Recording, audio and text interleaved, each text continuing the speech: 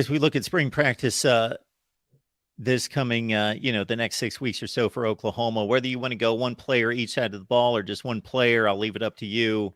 Who is having a make or break camp? I don't want to put too much on the line here, but those players that it's important for them to shine during this camp. Maybe they were a decent player, maybe they were obscure, maybe they're a high recruit that hasn't done anything yet, but they really need to break through and make a push toward August. Specifically for Oklahoma? Yeah. It's hard because I think there's a lot of guys from last year that you would pick. Ethan Downs has to have a big year. I think Ethan Downs is one of those guys. I think there were some expectations put on him. He's going to be in his third season playing with Oklahoma. He's got to go out there and have a big year. And then Danny Stutzman, he had a good year last year. I want to see Danny Stutzman take the next step and go be a butt kiss guy. Doesn't have to win it, but I want to see him be in that conversation. Now, what does that look now? How does he get there? And, what does that race look like? I have no idea as of right now. Those are two guys on the defensive side of the ball that I think you really need to take a step up. I'm not going to say Dylan Gabriel because I think Dylan Gabriel played fantastic last year. He threw for 3,000 yards. He had to shake off the rust. I think he did really well. When it comes to the offensive side of the ball, guys that got to take a step up. Andrew Rame on the offensive line. That's a big one. And then I'll take a wide receiver. I want to see DJ Graham. You're switching positions, going to the wide receiver from the secondary. It's going to be hard to vie for a starting role and to really get into some minutes on that team or in that room. I want to see DJ Graham come out there and just be a rock star. And DJ Graham's got to show a lot in the spring game. Because, when you look at how talented that wide receiver room is, you got Jalil Farouk, Drake Stoops, J.J. Hester. You've got LV Bunkley Shelton. You have Nick Anderson, Jaden Gibson. And then you're going to have Jaquez Petaway coming in this year who, he could probably play a little bit of special teams in his first year. I think you're probably going to see Brandon Harper, one of the PWOs, probably take a lot of that, an Oklahoma favorite. And then, it's going to be, well, then you got the transfer guys. You've got Andrell Anthony, the guy from Michigan. So it's going to be a hard room for him to break into, and he's got to have he's got to have a good fall camp. He's got to have a good spring camp.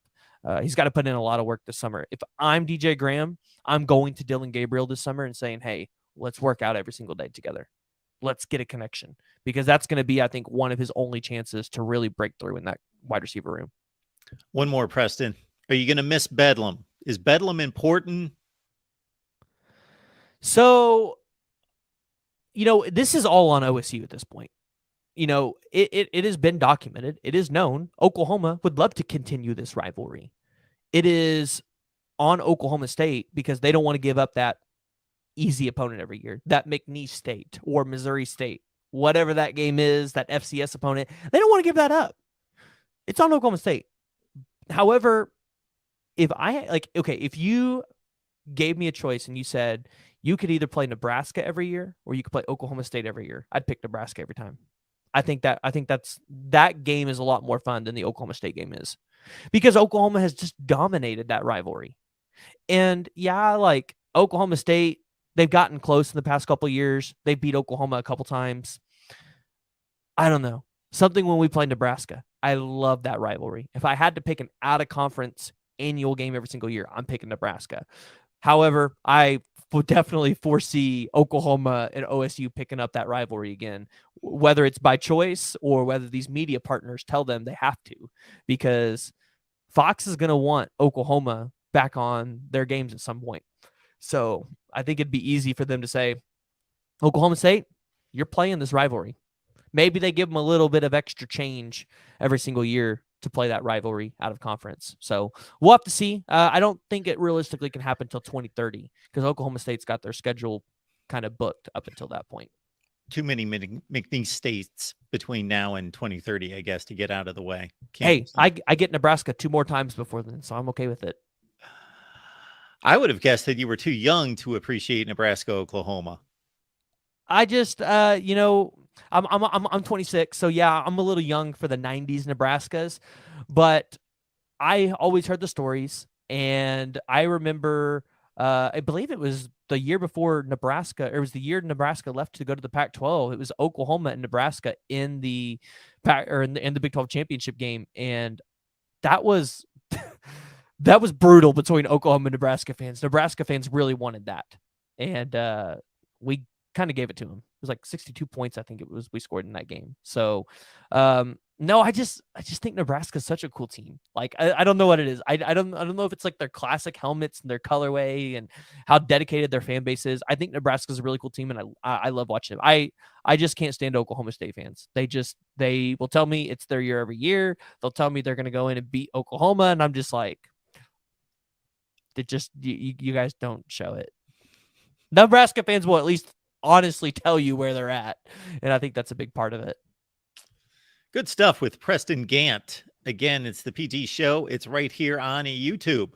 Preston, good time. It was appreciate you stopping by, breaking down the Sooners for us. Oh no, yeah, for sure. Yeah, I'd love to come back on when the Sooners start getting some big commitments, maybe in July. Listen, Oklahoma recruiting, it's going to take off in June, July. So kind of like it did last year, when guys start to wrap up their recruitments before the senior season, you're going to start to see it pop off. And I don't know if you're going to get that like what we had last year, where you get 7 straight days of commitments, but Oklahoma fans you're going to be excited to see what's going to happen this summer.